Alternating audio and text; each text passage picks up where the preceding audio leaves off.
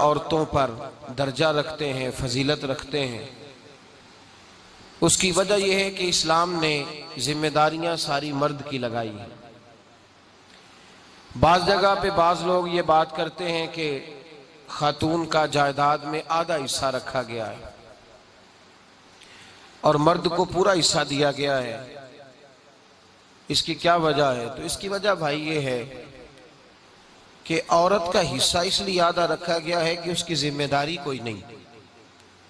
औरत अगर मालदार भी हो, साहिब हैसियत भी हो, साहिब जायदाद भी हो, लाखों करोड़ों का रुपया रखती हो, फिर भी औरत के सारे अखराजात उसके खामद की जिम्मेदारी होते हैं। इस्लाम ने ये हुक्म दिया है कि औरत का खाना पीना, लिबास, रिहाइश, उसके कपड़े, उसकी दवाई, हत्ता कि अगर अपने बाल बच्चों के समेत वो अपने मेके में भी वक्त गुजारती है तो फिर भी उसकी ज़रूरियात का जिम्मा उसके खामद का लगाया गया। चूंकि औरत की जिम्मेदारी कोई नहीं रखी गई, उसकी कोई जिम्मेदारी इस हवाले से शरीयत ने मुतय्यन नहीं फरमाई, लिहाजा जब जायदाद दी गई तो उसका आधा हिस्सा रखा गया। अगर इस तनाजुर में देखेंगे कि जिम्मेदारी उसकी कोई भी नहीं, खर्चा उसका कोई भी नहीं और उसको फिर भी आधा हिस्सा दिया गया है, तो फिर लोग जरूर ये बात समझने को तैयार होंगे कि इस तनाजुर में तो इस्लाम ने औरत को ज्यादा हिस्सा अता फरमाया है। उसके जिम्मे काम ही कोई नहीं लगाया, जिम्मेदारी कोई नहीं लगाई, जिम्मेदारी सारी जो है उसके खामद की लगाई गई। इस्लाम ने औरत के हुकूक की सिर्फ बयान नहीं किए बल्कि औरत के फजाइल बयान किए, खातून को इज्जत से नवाजा है। देखिए ना, बेटे की जिम्मेदारी बाप के जिम्मे उतनी देर तक होती है जब तक बेटा बालिग नहीं हो जाता। जब बेटा बालिग हो गया, शऊर वाला हो गया, बाप की जिम्मेदारी खत्म। वो अपनी शादी के इंतजामात खुद करेगा, अपने लिए वसाइल खुद ढूंढेगा, उसको जितनी भी जिंदगी में जरूरियात हैं उनकी किफालत के लिए असबाब वो खुद मुहैया करेगा, उसके बाप की ये जिम्मेदारी नहीं। लेकिन औरत के लिए बेटी के हक में कानून ये नहीं है कि बालिग हो गई तो माँ बाप फारिग हो गए, बल्कि बेटी के हक में कानून ये है कि जब तक बेटी की शादी नहीं हो जाती, जब तक उस बेटी का निकाह नहीं हो जाता और वो अपने ससुराल नहीं चली जाती, उतनी देर तक उसको माँ बाप की जिम्मेदारी रखा गया है। पैदा होने से लेकर निकाह तक वो माँ बाप की जिम्मेदारी है और निकाह के बाद वो खामद की जिम्मेदारी है। और जब बच्चे जवान हो जाएं तो फिर माँ की खिदमत करेंगे तो अल्लाह जन्नत अता फरमाएगा। तो हर लिहाज से औरत को तहफ्फुज दिया गया। तहफ्फुज जो जदीद मुआशरे से मुतासिर होकर और चंद झूठे नाड़ों की धोखे और फरेब में आकर बाज पढ़ी लिखी खवातीन ये मुतालबा करती हैं कि हमारे बराबर के हुकूक हैं तो हमें मैदान अमल में निकलना चाहिए, हमें भी अपने लिए असबाब जमा करने चाहिए, नौकरी करनी चाहिए, तिजारत करनी चाहिए, हमें भी बाहर निकल कर मर्दों के शाना बशाना निकलना चाहिए, तो ये तो उनके साथ ज्यादती की जा रही है, ये तो उन्हें धोखा दिया जा रहा है, ये तो उन्हें हाँ कुछ शराइत के साथ औरत बापर्दा होकर किसी मजबूरी के तहत अगर कोई काम करती है तो शरीयत उसको पाबंदी नहीं लगाती, लेकिन जो रंग और तरीका हमें सिखाया जा रहा है कि उसको कोई जरूरत भी नहीं, कोई मजबूरी भी नहीं, कोई ऐसी हाजत भी नहीं, बिला वजह वो काम करना चाह रही और काम भी वो इसलिए नहीं करना चाह रही कि वो अपने खामद का हाथ बटाएगी या जरूरियात के अंदर ख्याल रखेगी, बल्कि उसको कहा यह जा रहा है कि जो किसी की मोहताज ना रहेगी, तू बिल्कुल आजाद हो जाएगी, जो तेरे तबीयत में आएगा तू वो करेगी, तू पाबंद नहीं रहेगी खामद के। तो आज चूंकि मीडिया आम हो गया है और लोग हर वो बात जो किसी शख्स के अपने जाती फायदे की होती है उसको लोग जरा ज्यादा तवज्जो से सुनते हैं, ज्यादा कान लगाते हैं, उसका नुकसान फिर ये होता है कि खवातीन बेचारी शिकार हो जाती हैं और माज़अल्लाह ताला सुम्मा माज़अल्लाह यहाँ तक बातें सुनने में मिलती हैं कि इस्लाम ने तो शायद हुकूक ही पूरे नहीं दिए और अब यूरोप की कोई खातून उठेगी और मादर पिदर आज़ाद होकर कुछ ऐसा पैगाम लाएगी जिससे औरतों के हुकूक का तायन होगा।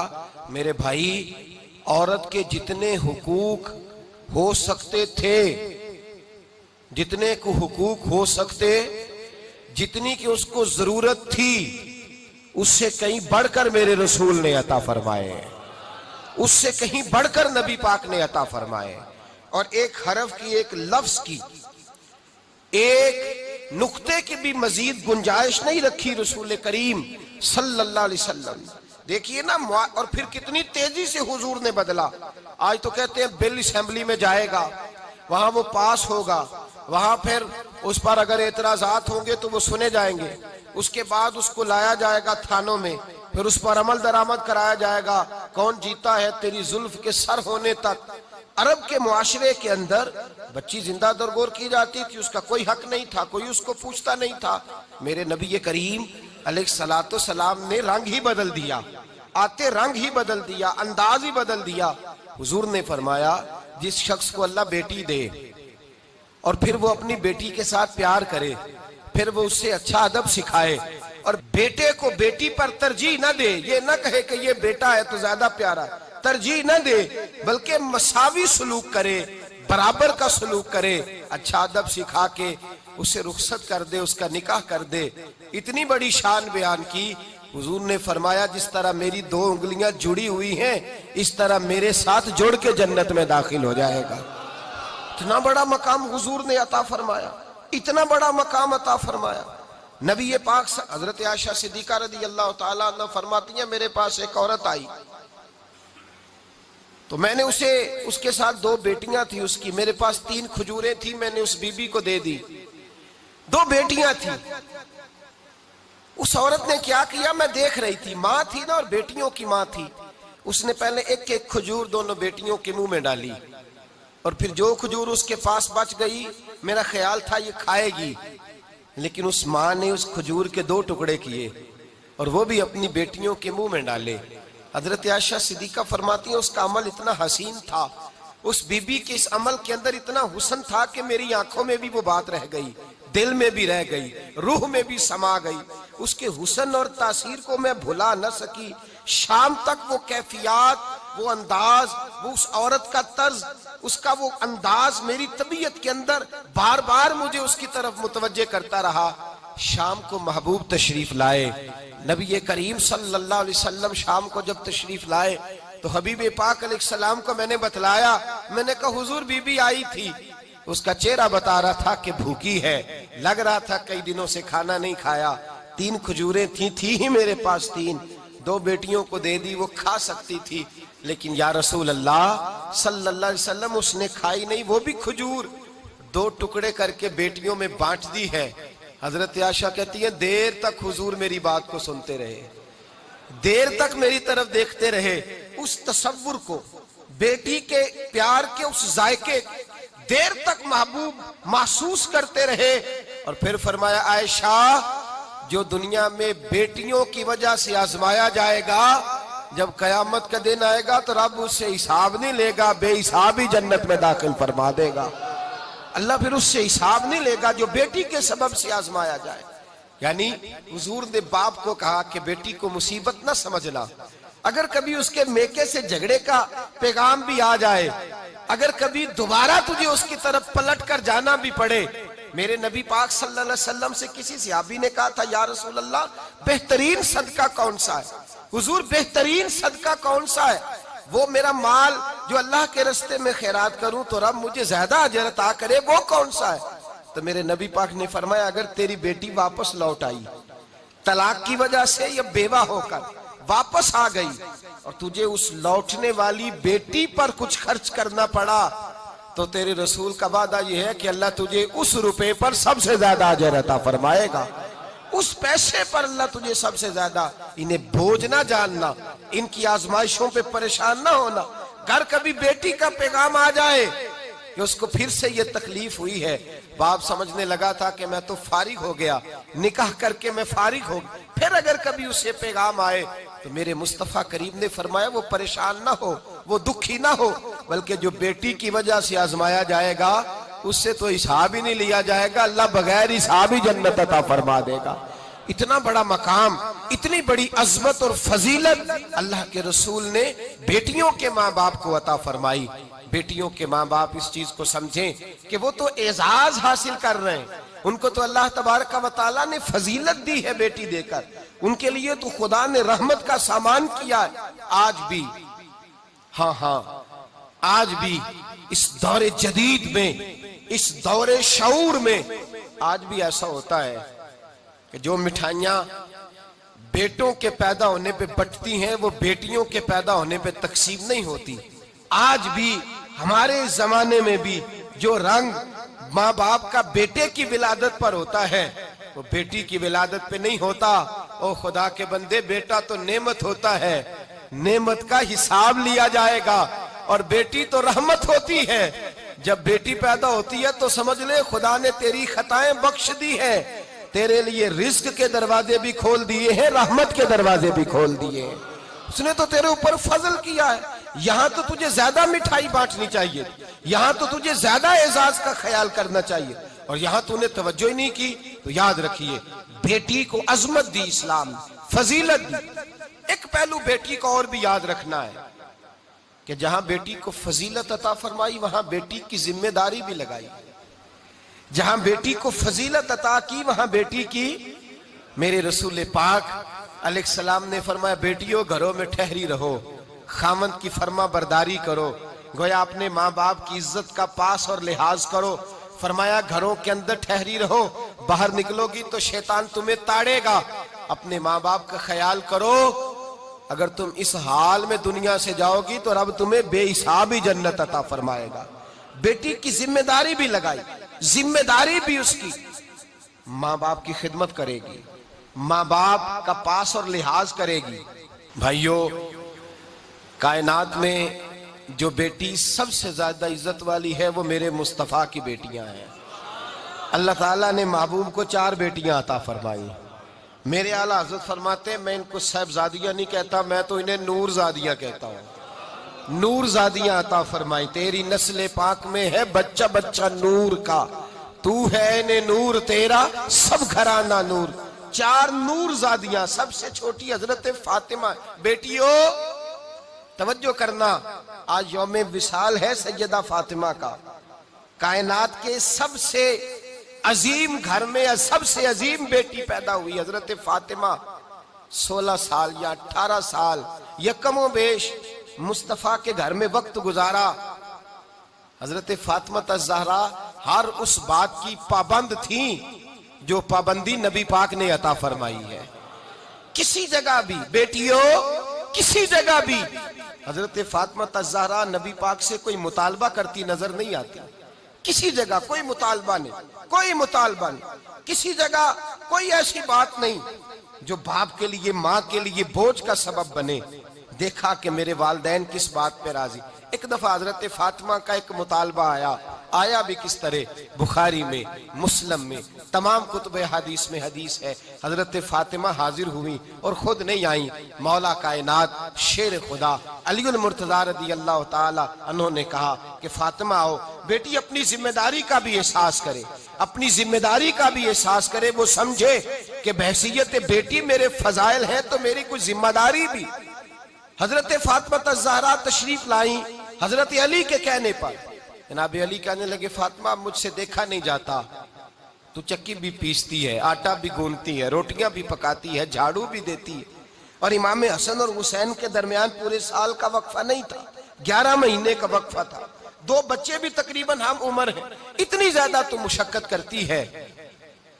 भाई सवेरे जो बेटी उठती है, आटा रात को गूंद करके उसने रख दिया है फ्रीजर के अंदर, सवेरे फ्रिज से निकाला है और निकाल के रोटियां पकाई हैं, फिर भी वो काबिल सताइश है।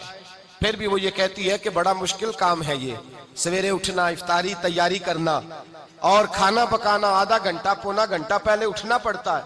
जरा हजरत फातिमा ज़हरा रज़ियल्लाहु ताला अन्हा का मेयार जिंदगी भी मुलाहिजा फरमाइए।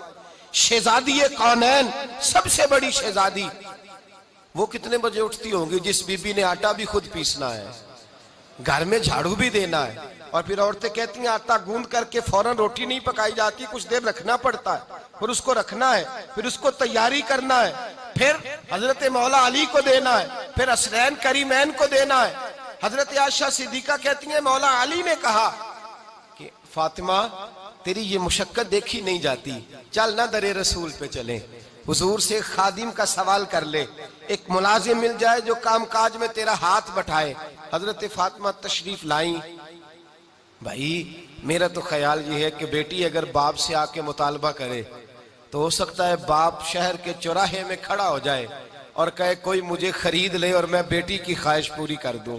शायद माँ बाप बिकने को तैयार हो जाए, शायद माँ बाप बिकने को तैयार हो जाए, इतना बड़ा ये काम होता। हजरत फातिमा ज़हरा तशरीफ लाई और जनाब आयशा कहती हैं हाथ खोल के छाले दिखाए, हाथों में पड़े हुए छाले, या रसूल अल्लाह सल्लल्लाहु अलैहि वसल्लम चक्की पीस के छाले पड़ गए, एक गुलाम मिल जाए।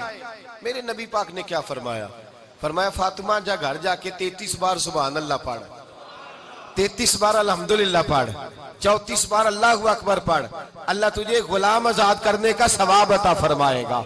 और फरमाया गोया चक्की तू नहीं पीसनी है, आटा तू नहीं गूंदना है, घर में झाड़ू तू नहीं देना है, अल्लाह के फराइज, खामद की जिम्मेदारी, दीन की नौकरी, बच्चों की परवरिश तेरी ही जिम्मेदारी। अब वहां हजरत फातिमा ज़हरा का जो जवाब है वो ये नहीं है कि अब्बा जी फलां के घर के अंदर इतने मुलाजम है, फलां ने अपनी बेटी को इतना जहेज दे के भेजा है। हजरत फातिमा बेटी होने की जिम्मेदारी का एहसास करती है और क्या फरमाती है? जब हुजूर ने फरमाया जाओ ये तस्बीहात पढ़ो, तो हजरत फातिमा का जवाब क्या है?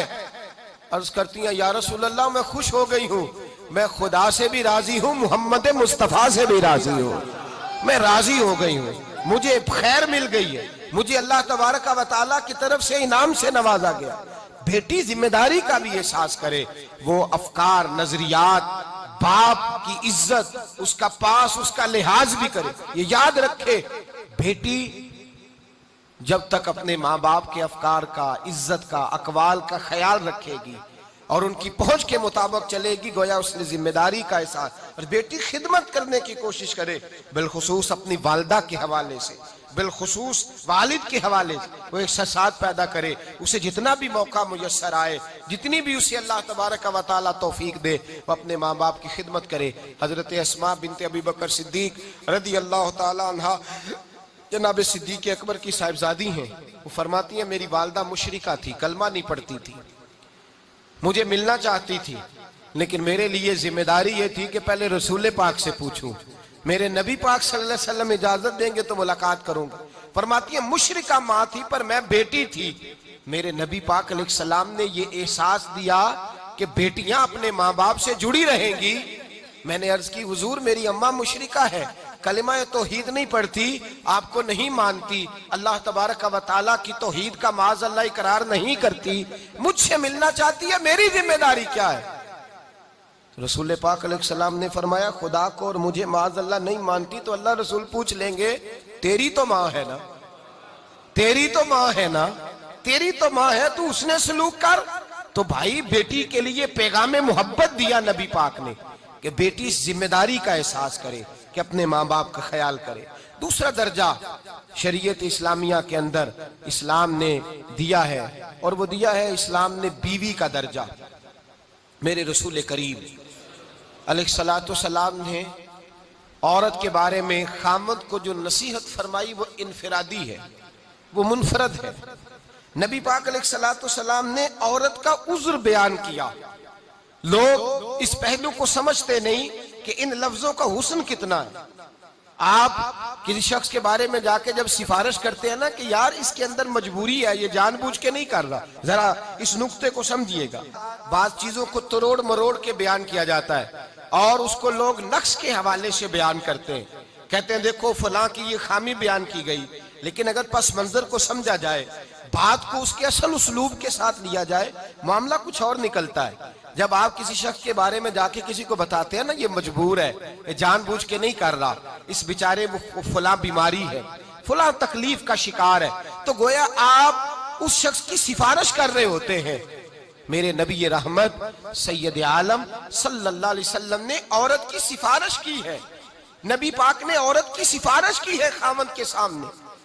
मेरे भाई मेरी बहनें, हर दो खवातीनों हजरात जाग कर, आंख खोल कर और दिल के कानों से इस बात को सुने कि ये तो सिफारिश है नबी पाक की। हुजूर ने फरमाया खामद को कि औरत टेढ़ी लकड़ी से पैदा की गई है, ये टेढ़ी लकड़ी है। अब लोग इसको बतौर नक्श बयान करते हैं। खामन जब ये हदीस बयान करता है तो गोया वो ये कह रहा होता है बीबी को कि तेरे अंदर तो नुक्स पाया जाता है, और ये हुजूर ने बयान कर दिया। लोग इसको बतौर नक्श बयान करते हैं, कमजोरी के बयान करते हैं, लेकिन ये तो सिफारिश है नबी पाक की। इस पहलू को जरूर पेश नजर रखा जाए, ये सिफारिश है। हुजूर खामद को सिफारिश कर रहे हैं, फरमा रहे ये टेढ़ी लकड़ी है, अगर सीधा करना चाहोगे तो टूट जाएगी। तुम्हारे किरदार का पता तो तब चलेगा जब तुम टेढ़ी के साथ गुजारा करके दिखाओगे, तब पता चलेगा। रसूल पाक ने किन लफ्जों के साथ औरत की सिफारिश की उसके खामन के सामने। औरत इसे अपनी फजीलत जाने कि ये तो नबी पाक उसके सिफारशी बन के मैदान में तशरीफ लाए, ये तो हुजूर ने सिफारिश की। और फिर हुजूर ने क्या फरमाया? फरमाया तुम में से सबसे बेहतर वो है, तुम में से सबसे, किससे बेहतर?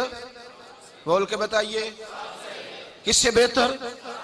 देखिए ना लफ्जों की तासीर देखिए। हुजूर ने फरमाया तुम में से सबसे बेहतर वो है जो अपने अहले खाना के लिए, अपनी बीवी बच्चों के लिए बेहतर है।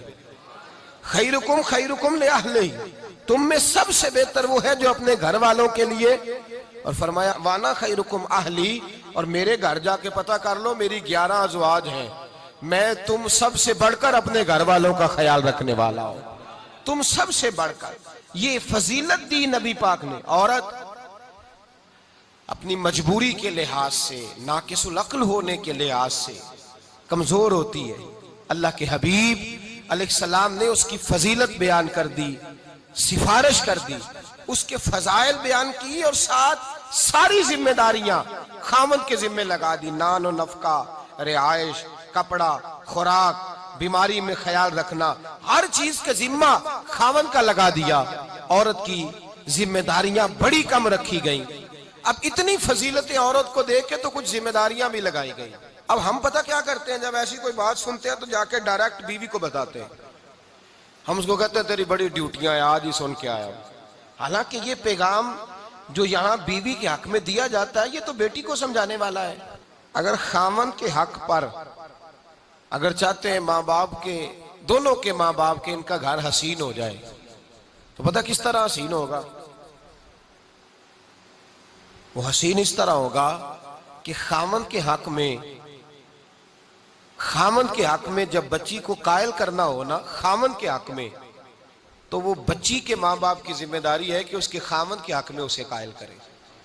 इसलिए कि अगर बच्चे के माँ बाप अपने बच्चे के हक में दलाइल देंगे तो वो इतनी तासीर नहीं उसकी बनेगी, वो बेटी के जहन में नहीं उतरेंगे। वो कहेगी इन्होंने तो अपने बेटे की बात करनी है, वो नहीं उतरेगा उसके जहन में बात, वो उसको इस अंदाज में लेगी कि इन्होंने तो कहना ही है। और अगर बच्ची के हक में कोई दलील देनी हो दामाद को, तो वो अगर बच्ची के माँ बाप देंगे तो वो कहेगा तुम्हारी तो बेटी है, तुमने तो कहना ही है। अल्लाह करे ऐसा हो जाए। रमजान की सुबह है, माएँ बहनें बच्चियां मौजूद हैं, माँ बाप मौजूद है। अल्लाह करे ऐसा हो जाए कि बच्चे के हक में अगर दलाइल देने हो तो बच्ची के माँ बाप दें, और अगर बच्ची के हक में कोई खूबसूरती बतानी हो तो वो बच्चे के माँ बाप उसे बताएं कि तेरी बेटी में ये खूबियां पाई जाती। हम भी करते हैं अपने दामाद की तारीफें करते हैं, अपने घर में बैठ के तारीफें करते हैं, कहते हैं बेटी सोचा तो अच्छा ही था तेरे लिए सोचा तो अच्छा ही था, पर चल मेरी बेटी फिर अब सब्र कर। तो ये आपने उसके ज़हन में बीज बो डाला है कि हमने बड़े गौर से देखा है, अब तूने अजियत में ही वक्त गुजारता है, अजियत में ही। और यही काम बच्चे का माँ और बाप भी करते हैं। तो भाई इस तरह तो उनकी जिंदगी दोज़ख बन जाती। आपका तो जिम्मा ये था कि आप दोनों के हक में उन्हें कायल करते, बड़ा मीठा जहर उतारा जाता है और उतारने वाले साइड पे हो जाते, उन दोनों के लिए अजाब खड़ा कर जाते, तादमे हयात वो उस आग में झुलसते रहते हैं। याद रखें, इस पहलू को समझें। और मैं हर साल ही ये कहता हूँ कि खुदारा माफी दे दे, बच्चे के माँ बाप भी और बच्ची के माँ बाप भी इन्हें जीने दें, इन्हें वक्त गुजारने दे, खुद जरा साइड पे हो जाएं। मियाँ बीवी का तो जाती झगड़ा ही कोई नहीं, वो तो किसी तीसरे के सबब से होता है, जब भी होता है। तो भाई याद रखें और समझे इस पहलू को। बीवी की जहां हुजूर ने फजीलत बयान फरमाई वहां उसकी जिम्मेदारियां भी बयान फरमाई। बुखारी शरीफ पढ़िए तो हजरत अस्मा जो हजरत अबू बकर सिद्दीक जैसे मालदार की साहिबजादी हैं, इनका निकाह हुजूर सल्लल्लाहु अलैहि वसल्लम की पुप्पी के बेटे जनाब जुबैर बिन अवाम के साथ हुआ। हजरत अस्मा फरमाती हैं मेरे खामद के घर में कोई मुलाजम नहीं था और मेरे खामद मिजाज के भी थोड़े सख्त थे। मैं इस बात को भांप गई, मैं अपनी जिम्मेदारियों को समझ गई, मुझे एहसास हो गया मैंने वक्त कैसे गुजारना है। आप फरमाती हैं उन्होंने घोड़ा रखा हुआ था, उसके लिए चारा भी मैं लेके आती थी। उस जमाने में ऊंटों के लिए खजूर की गुठलियां पीस कर खुराक बनाई जाती थी। फरमाती पहले मैं खजूर की गुठलियां चुन करके लाती, फिर पीसती, फिर ऊंट को खिलाती, घर के सारे कामकाज करती। फरमाती है मैं थक जाती, बड़ी परेशान होती, लेकिन मेरी जुबान पर कभी अपने खामन का शिकवा नहीं आता था, शिकायत नहीं करती थी। मैं जिम्मेदारी जानती थी कि जिस हाल में, जिस पोजीशन में मेरा खामन है, मैंने उसी तरह इस घर में रहना है। अगरचे हजरत अबू बकर सिद्दीक रज़ी अल्लाह ताला अन्हु जैसे मालदार वालिद के घर से मैं आई थी, लेकिन मैं अपनी जिंदगी के मिजाज को समझ गई कि मैंने उस तरह वक्त गुजारना है जिस तरह मेरे खामन के घर के अंदर माहौल है। मेरे हबीब पाक अलैहिस्सलातु सलाम एक दिन मेरे पास से गुजरे तो हजरत अस्मा फरमाती है मैं चारा उठाए खेतों से आ रही थी, नबी पाक सल्लल्लाहु अलैहि वसल्लम फरमाती है हुजूर सैयद आलम सल्लल्लाहु अलैहि वसल्लम गुजरे तो हुजूर ने अपने ऊंट को बिठाया और फरमाया अस्मा ऊंट पर बैठ जाओ, तुम्हारे पास चारा है, वजन है, तकलीफ में हो मैं तुम्हें घर छोड़ देता हूं। हजरत अस्मा रज़ी अल्लाह ताला अन्हा हाथ बांध के अर्ज करने लगी या रसूल अल्लाह आपका हुक्म मेरे सर आंखों पर, हुजूर सर आंखों पर हुक्म, लेकिन मेरा खामन बड़ी गैरत वाला है या रसूल अल्लाह सल्लल्लाहु अलैहि वसल्लम, बड़ी गैरत खुददार शख्सियत है, वो अपनी थोड़ी सी जिंदगी में खुश रहने के आदी हैं। अगर आप मुझे इजाजत दे तो मैं उस तरह वक्त ना गुजारूं जिस तरह मेरे खामन की रजा है। जेड़ियां खसमां दी विच रजा बसन भाग जाग जांदे उन्हां गोलियां दे या रसूल अल्लाह सल्लल्लाहु अलैहि वसल्लम मुझे इजाजत हो तो आपके पीछे ऊंट की पुश्त पर ना बैठूं, मैं यूं ही वक्त गुजारूं और इसी तरह जाऊं। आप फरमाते हैं जब मैंने ये लफ्ज कहे तो हुजूर के चेहरे पर मुस्कुराहट दौड़ गई। जिसकी तस्कीन से रोते हुए हंस पड़े उस तबस्सुम की आदत पे लाखों सलाम। जब हुजूर मुस्कुराए तो मैं समझ गई कि मेरे नबी मेरी इस अदा से राजी हुए हैं। बीवी के फजाइल हैं, उसको खामद के जिम्मे है उसका ख्याल करना, लेकिन उसकी जिम्मेदारियां भी। इस्लाम ने औरत की बैसियत बीवी ड्यूटियां भी लगाई।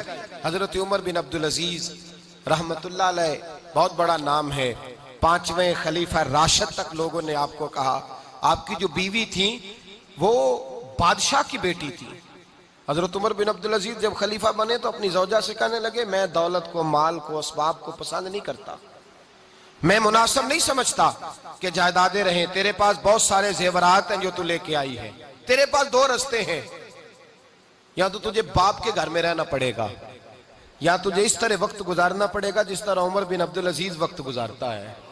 ना कोई खादम मिलेगा, ना कोई नौकरानी मिलेगी, बादशाह होने के बावजूद फकीरी में वक्त काटना पड़ेगा। तू क्या पसंद करती है, तू बाप के घर में रह ले, गाहे गाहे मुलाकात होती रहेगी, मेरे घर में तुझे आजमाइश में रहना है। ये बात सुनी और जौजा अंदर गई। जब वापस आई ना हजरत उमर बिन अब्दुल अजीज फरमाते मैंने कहा सोचने गई है, समझने गई है, हो सकता है सामान बांध लेके मुझे छोड़ आए। फरमाते वो जौजा अंदर गई जेड़ियां खसमां दी विच रजा बसन भाग जाग जांदे ओना गोलियां दे। कहा वापस गई, मैंने कहा शायद सामान पैक करने गई है। जब लौट करके आई तो अपना सारा जेवर उतार के मेरे सामने रख दिया, नए कपड़े ला के रख दिए। कहने लगी उमर बिन अब्दुल अजीज उठाओ और सारे जाके गरीबों में बांट दो, मैं माले गनीमत में जमा कर लो, मैं उस हाल में वक्त गुजारूंगी जिस हाल में आप मुझसे राजी रहेंगे।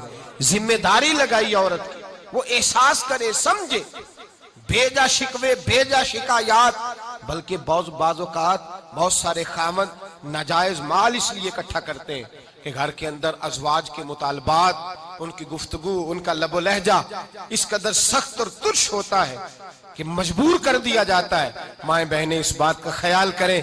हजरत उमर बिन अब्दुल अजीज रहमतुल्लाह ताला अलैह, आपकी बीवी ने हर चीज दे दी, आपने माले गनीमत में जमा कर दी। हजरत उमर बिन अब्दुल अजीज का कुछ अरसे के बाद विसाल हुआ तो हजरत उमर बिन अब्दुल अजीज की बीवी के भाई आपके साले वो खलीफा बन गए। जब वो खलीफा बने तो उन्होंने देखा मेरी बहन का जेवर माले गनीमत में शामिल है। अपनी बहन को कहा कि बहन, मेरा इरादा बना है कि तेरा जेवर वापस कर दूं, मैं वो तेरा जेवर सारा वापस कर दूं। उमर बिन अब्दुल अजीज की जो तेरे ऊपर पाबंदियां थी वो उठ गई हैं, अब तेरा भाई है, हर चीज की सहूलत मिलेगी, आसानी मिलेगी। कहते हैं जब मैंने ये कहा तो वो नेक बख्त खातून जिसका नाम भी फातिमा था वो कहने लगी, मैं अगरचे हजरत फातिमा की जिस्मानी औलाद तो नहीं पर उनकी रूहानी औलाद तो हूं ना। ये कैसे हो सकता है कि मैं खामद की जिंदगी में वफादार रहूं और उनके विसाल के बाद मैं बेवफा हो जाऊं। का बिल्कुल किसी चीज की जरूरत नहीं है। जिस फकर में मेरे खामद मुझे पसंद समझते थे, उनकी जिंदगी में जिस दरवेशी में मैंने वक्त गुजारा है, मैं इंतकाल के बाद भी उसी तरह वक्त गुजारूंगी। मैं अपनी बेवगी का जमाना, उनकी जुदाई का वक्त जब तक जिंदा उसी तरह गुजारूंगी जिस तरह वो पसंद करते थे। औरत को फजाइल दिए, उसकी जिम्मेदारी भी लगाई। तीसरा दर्जा बहन को दिया गया। मेरे रसूल पाक अलैहिस्सलाम ने फरमाया, जिस तरह किसी बाप की जिम्मेदारी उसकी बेटियों पे होती है, अगर कभी बाप इंतकाल कर जाए और भाई की अल्लाह जिम्मे लगा दे, और मैं ये कहा करता हूं अगर अल्लाह भाई को ये सादत अता कर दे तो भाई बनता संवरता ही रहता है। भाई बेचारा समझता है ओ खुदा के बंदे, जब तू बहनों की जिम्मेदारी अदा करता है ना, बहनों की, तो यूं समझ ले अल्लाह तुझे कई लोगों के नसीब का रिज़्क अता फरमाता है, कई लोगों की बरकत से अल्लाह तुझे देता है, कई लोगों की वजह से अल्लाह तुझे नवाजता है। जब तू ये वाला एहसास पैदा करता है, मेरे मुस्तफा करीम सल्लल्लाहु अलैहि वसल्लम ने फरमाया कि जिसके जिम्मे 2 बहनें आए, 3 बहनें आए, एक सहाबी ने कहा या रसूलल्लाह अगर एक बहन आ जाए तो, भाई के जिम्मे एक बहन आ जाए, तो मेरे नबी पाक ने फरमाया उसकी परवरिश करे, अच्छा अदब सिखाए, अच्छा अदब सिखाए, परवरिश करे, तालीम दे और निकाह करके उसे रुखसत कर दे। जिस तरह मेरी 2 उंगलियां जुड़ी हुई है, मेरे साथ जुड़ के जन्नत में दाखिल हो जाएगा। तो ये फजीलत और अजमत देखिए ना, खुद महबूब ने अमल करके दिखाया। हजरत हलीमा सादिया रज़ी अल्लाह ताला अन्हा की साहिबजादी जनाब शीमा, जो बचपन में नबी पाक सल्लल्लाहु अलैहि वसल्लम के साथ खेला करती थी। सहाबा कहते हैं जब वो मदीना मुनव्वरा आई, उनका कबीला हवाज़न बड़ी सख्त जंग की मुसलमानों के साथ, सख्त लड़ाई की उन लोगों ने, बड़ी मुश्किल से हमने गलबा पाया, और हमने जब उनको बांधा तो रस्सियां जोर के साथ बांधी, उनको पकड़ के मदीने लाया गया। तो हजरत अबू हुरैरा कहते हैं सादे सा बीबी का लिबास, पुराने से कपड़े, कहने लगी मुझे ले चलो, मैं तुम्हारे नबी की बहन लगती हूँ।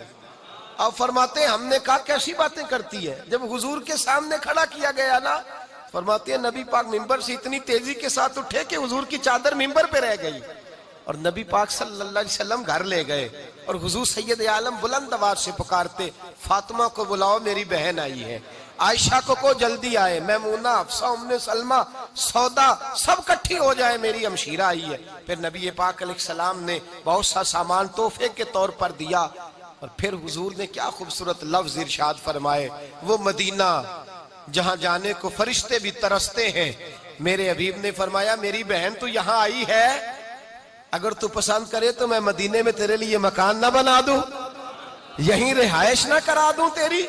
हजरत शीमा कहने लगी नहीं, वो देखिए वो भी वही सोच दे रही हैं, वही सोच दे रही हैं जो नबी पाक अलैहिस्सलाम ने उम्मत की बेटियों को अता फरमाई। कहने लगी नहीं महबूबा, मैंने वहीं रहना है जहां मेरे खामद रहते हैं, मेरे खामद जहां रहते हैं। या रसूल अल्लाह सल्लल्लाहु अलैहि वसल्लम एक गुजारिश है, मेरे कबीले ने सख्त जंग की है, सख्त घाव लगाए हैं मुसलमानों को, लेकिन अगर आप बहन की बात माने तो मेरा सारा कबीला आजाद नहीं कर देते, माफी नहीं दे देते, छुट्टी नहीं मिल जाती। हर फैसला जब हुजूर करते तो सहाबा के मशवरे से करते। जब बहन ने सवाल किया तो मुस्तफा ने मशवरा ही नहीं फरमाया, मशवरा ही नहीं किया। ओ भाइयों, हर आदमी को टाइम देने के लिए तुम्हारे पास वक्त है। बहन तरसती ही रहती है भाई कभी टेलीफोन ही करे, वो सोचती ही रहती है कभी वक्त निकाल के आ ही जाए, कभी 2 घड़ियां बैठ जाए, मेरी भी बात सुने। भाइयों के पास दोस्तों के लिए टाइम है, यारों के लिए टाइम है। ये बोलियां तो दुआ ही ज्यादा भाई के लिए करती हैं, इनकी तो तवज्जो ही ज्यादा भाई की जानब रहती है। मेरे मुस्तफा करीम सैयद आलम सल्लल्लाहु तआला अलैहि वसल्लम ने क्या खूबसूरत इरशाद फरमाया। ये नहीं फरमाया कि मैं मशवरा कर लूं तो बताऊंगा, फरमाया बहन ने कहा है आज ना अबू बकर से मशवरा होगा, ना उमर से, ना उस्मान से, ना अली से, ना तलहा, ना जुबैर से। बहन ने कहा है, फरमाया बहन जब मैं किसी से मशवरा नहीं करता, जिसको तू कहती है मैं तेरे कहने पे आजाद करता चला जाता हूं। मेरे नबी पाक अलैहिस्सलाम ने एजाज दिया बतौरे बहन, औरत को एजाज, और फिर जिम्मेदारी लगाई बहन की। पता है आपको इस्लाम का एक जर्री दलेर है। इस्लाम को एक ऐसा सुपूत अल्लाह ने अता किया है कि यहूदी कहता है अगर 6 महीने ये शख्सियत दुनिया में और रहती तो शायद दुनिया में कोई काफर ना बचता। वो सुपूत कौन है? वो हजरत उमर फारूक रदी अल्लाह ताला अन्हु। मेरे नबी पाक अलैहिस्सलाम ने फरमाया मेरे बाद कोई नबी होते तो खत्ताब के बेटे उमर होते। लौ कान नबी बाद लकान उमर इब्ने खत्ताब, मेरे बाद कोई नबी होते तो खत्ताब के बेटे उमर होते। तारीख का हवाला उठा रहा हूं, एक वरक उलट रहा हूं। इस उमर फारूक को दरे रसूल पर लाने वाली, इस उमर को अल्लाह के घर की तरफ रास्ता दिखाने वाली, इस फारूक आदम को दीन का सिपाही बनाने वाली, ये कोई और नहीं है, ये उमर फारूक की हमशीरा है। ये जनाबे उमर की बहन है। बहन ने भाई की काया ही पलट डाली। बहन ने जिम्मेदारी का एहसास किया, बहन ने जिम्मेदारी का एहसास किया तो इस रंग में कुरान पढ़ा के फारूक आजम फरमाते हैं मेरे दिल से कुफर दूर करके मुझे रसूलुल्लाह का गुलाम बना दिया है। बहन अगर जिम्मेदारी का एहसास करे, बहन अगर जिम्मेदारी का एहसास करे। हजरत उमर फरमाते हैं, हजरत उमर कहते हैं मेरी एक नौकरानी ने, कनीजा ने कलमा पढ़ा, मैं उसे दुर्रों से मारा करता था। मैं तलवार लेके घर से निकला हुजूर को शहीद करने, तो मुझे किसी सहाबी ने कह दिया तू हुजूर को शहीद करने जा रहा है, घर की तो खैर मना, तेरी बहन और बहनोई भी कलमा पढ़ गए। कहते मैं गया, बाहर दरवाजे पे था तो मेरी हमशीरा अंदर कुरान पाक की तिलावत कर रही थी। फातिमा बिनते खत्ताब, फातिमा बिनते, कितना पसंद है ये नाम सहाबा, किसने रखा हुआ है। फातिमा बिनते खत्ताब तिलावत कर रही थी, सईद बिन ज़ैद बेनोई भी तिलावत सुन रहे थे। फरमाते मैंने कुरान सुन लिया, दरवाजे पे दस्तक दो जी। बहन ने दरवाजा खोला, कुरान पाक के सफ़े छुपा दिए। क्या कर रहे थे तुम लोग? तो बहन खामोश हो गई। मैंने कहा बोलते क्यों नहीं? मुझे किसी ने बतलाया है तुमने कलमा पढ़ा है। तो कहते मेरी बहन जो मुझसे इतना प्यार करती थी कि कभी बोली नहीं थी, कभी बाजों में कहता था हो जाता था, आज मैंने उस बहन की आंखों में तौहीद की लज्जत देखी, उसकी पेशानी में सजदे का नूर देखा, उसके लबो लहजे में रसूलुल्लाह की शरीयत की छाप देखी। तो मेरी बहन कहने लगी उमर तुमने जो सुना है सच सुना है। अब मैं और मेरा खामद मुस्तफा के नौकर हैं, अब हम दीन के पैरोकार हैं। कहते जोर से तमाचा मारा, मैं गिर गई, मेरे खामद को मारा पीटा, कभी झगड़ा नहीं हुआ था, आज पहले दिन उमर ने मारा, मेरी पेशानी से खून निकला, उठ के खड़ी हुई। मैंने कहा तू मुझे जान से प्यारा भाई है, जिंदगी भर तेरे सामने कभी मैंने कलाम नहीं किया, लेकिन उमर ये तौहीद की बात है, ये रसूलुल्लाह की बात है। अगर तू खत्ताब का बेटा है तो मैं भी खत्ताब की बेटी हूँ। जिस माँ की छातियों से तू दूध पी के जर्री हुआ है, मैंने भी उसी माँ का दूध पिया है। जितनी ताकत है तू लड़ा ले, जितनी हिम्मत है तू मार ले, लेकिन अब मैं रसूलुल्लाह का दामन नहीं छोड़ूंगी। हजरत उमर कहते हैं बहन की कुव्वते ईमानी ने, बहन की कुव्वते इरादी ने, बहन के तवक्कुल और यकीन ने मुझे मजबूर किया। मैंने कहा मेरी बहन के दिल में अगर कोई बात आई है तो उसमें सच जरूर होगा, और अगर बहन भाई को इस दलेरी के साथ दर्श दे रही है तो इसके अंदर कोई निखार है। मैंने कहा ला जरा तू क्या पढ़ रही थी? जनाबे उमर कहते हैं फिर बहन ने दलेरी वाला जवाब दिया, फरमाया ऐसे कैसे लाऊं? जा पहले गुस्ल करके आ, जा वुजू करके आ, कपड़े बदल के आ, ये रसूलुल्लाह का कुरान है, ये अल्लाह की किताब है। बेवुजू बेगुस्ल नहीं पढ़ी जा सकती। फरमाते मैं गुस्ल करके कपड़े बदल के जो बैठा, बहन ने कुरान पढ़ा, बहन ने कुरान पढ़ा। अल्लाह करे बहनें भाइयों को कुरान सिखाने लगे, अल्लाह करे बहनें भाइयों को हदीस सिखाने लगे, अल्लाह करे बहनें अपने भाइयों को रसूलुल्लाह के दर पर झुकाने लगे, अल्लाह करे बहन कहने लगे आ जा मिल करके दोनों दीन की। बहन ने कुरान पढ़ा, फारूक आजम रो रो के निढाल हो गए। हजरत उमर कहते हैं बहन की जुबान से चंद आयतें सुनी तो मैंने कहा मुझे बांध लो, हाथ बांध लो, मैं हुजूर को कत्ल करने के इरादे से आया था ना, अब मुझे बांध लो। करो आया सा मार मुकावने नू, हुन मैनू मार दे ले चलो, मते उमर दी उमर बर्बाद होवे जिथे उमर सवार दे ले चलो। अब मुझे ले जाओ उधर रिसालत माप। एक बहन ने जिम्मेदारी का एहसास किया तो हजरत उमर जैसा सुपूत दिया। बहनें अगर जिम्मेदारी का एहसास करें, जिम्मेदारी का एहसास करें तो इस्लाम में बहुत बड़ा इनकलाब आ सकता है। चौथी बात सुनिए, इस्लाम ने मां को दर्जा दिया। हजरत मुल्ला रूमी कहते हैं जब मैं मां कहता हूं ना, जब मैं कहता हूं ना मां, तो कहते हैं लफ्ज मेरी जुबान पे होते हैं और ठंडक मेरे दिल में महसूस होती है जब मैं मां कहता हूं। मां, लेकिन ना मां का रिश्ता ऐसा है कि जिस पर बाकी रिश्तों को मिसाल किया जाता है कि मां से ज्यादा प्यार करने वाला, मां की तरह चाहने वाला, मां के रंग, मां के रिश्ता बतौर मिसाल। कहते हैं से लफ्ज मां अदा करता हूं, ठंडक मेरे दिल में महसूस होती है।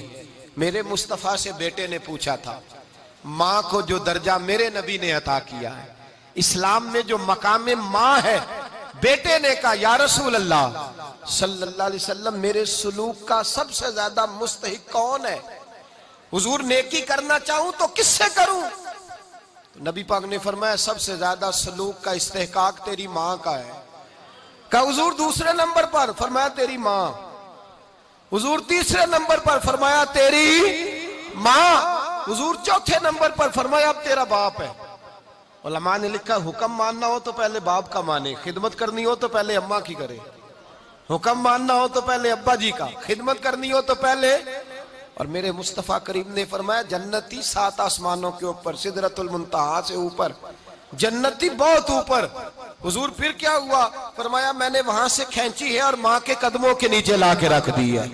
अब जन्नत उसको मिलेगी जिसकी अम्मा राजी होगी, जन्नत उसको मिलेगी। और मेरे मुस्तफा करीम सैयद आलम सल्लल्लाहु ताला अलैहि वसल्लम ने माँ को दर्जा दिया तो माँ की फजीलत भी बयान फरमाई, माँ की जिम्मेदारी भी बयान फरमाई, माँ को यह पैगाम भी दिया कि वो अपने बच्चे को दीन सिखाएगी। माँ याद रख ले, बूढ़ी माँ ये बहाना ना बनाए कि मुझे अब पर्दे की जरूरत नहीं। बूढ़ी माँ इसलिए पर्दा करे कि मुझे देख के मेरी बेटियां पर्दा करेंगी। माँ अपने आप को अपनी औलाद के लिए आइडियल बनाए।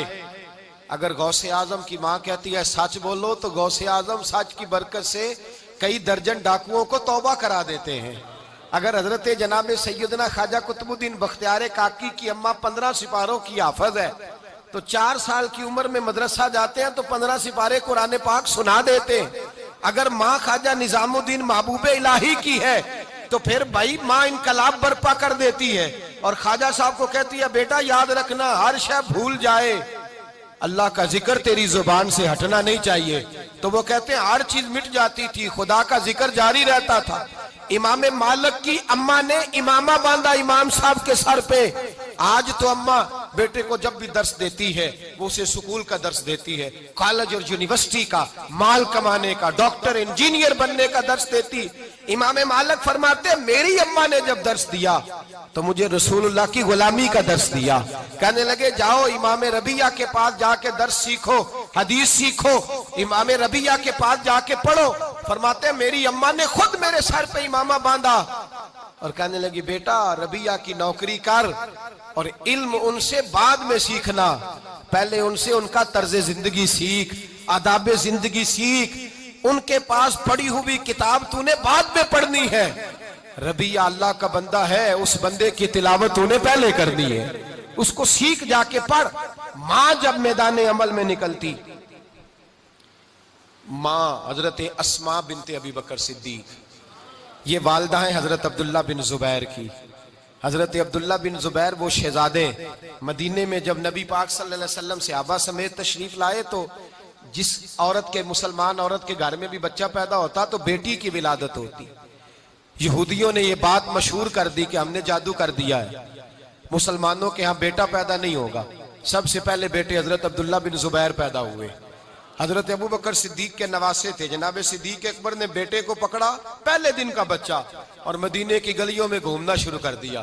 फरमाने लगे, यहूदियों तुम्हारी बात झूठी साबित हुई है, मेरे रसूल को अल्लाह ताला ने बड़ी सदाकतों से नवाजा हुआ है, मेरे नबी पाक को अल्लाह ने मेरे रब ने बड़ी सदाकतों से मेरे मुस्तफा को नवाजा।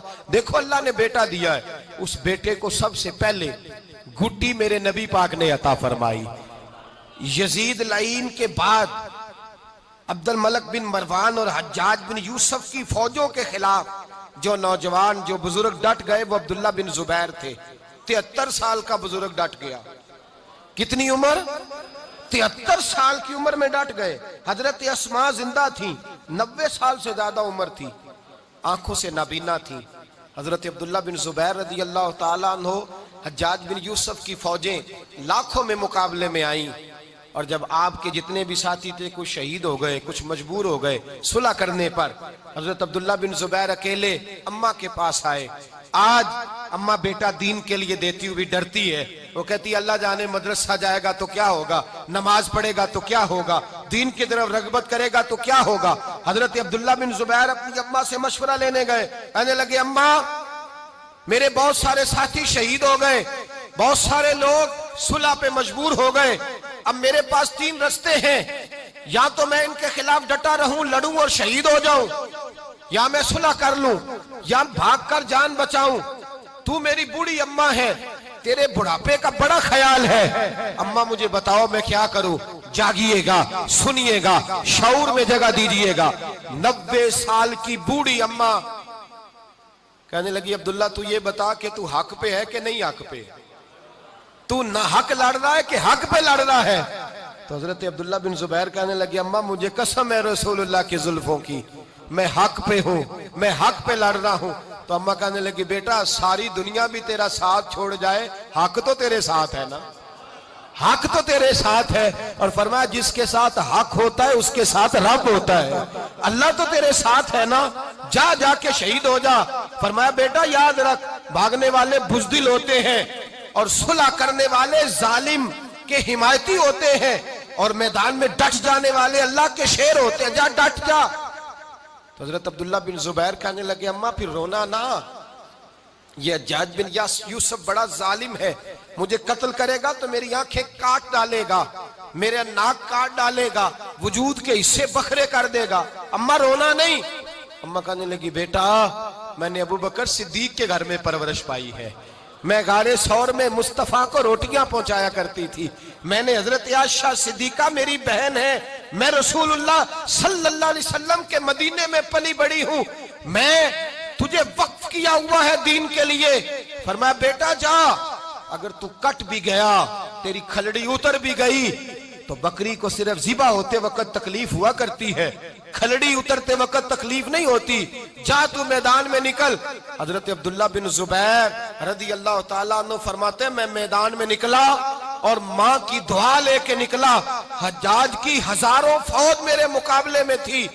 लोग कहते अब्दुल्ला बिन जुबैर काबू नहीं आते थे, लोग कहते कि इस सिपाही ने, इस 73 साल के बूढ़े ने कहां से जंग का तरीका सीखा है। तो अब्दुल्ला बिन जुबैर मैदान में नारे लगाते, फरमाते मैं तो तरीका अपनी अम्मा से सीख के आया हूँ, मैं तो माँ की यूनिवर्सिटी से दर्स लेकर के आया हूँ। शहीद हुए, गर्दन कटी। हज्जाज बिन यूसुफ ने हजरत अस्मा को पैगाम भेजा, फरमाया तेरा बेटा शहीद हो गया है, आ जा। आप फरमाने लगी, मैं तो कभी किसी के दरबार में ना जाऊं, मैं तो सारी जिंदगी दरबार रिसालत की हाजिरी देती रही हूँ।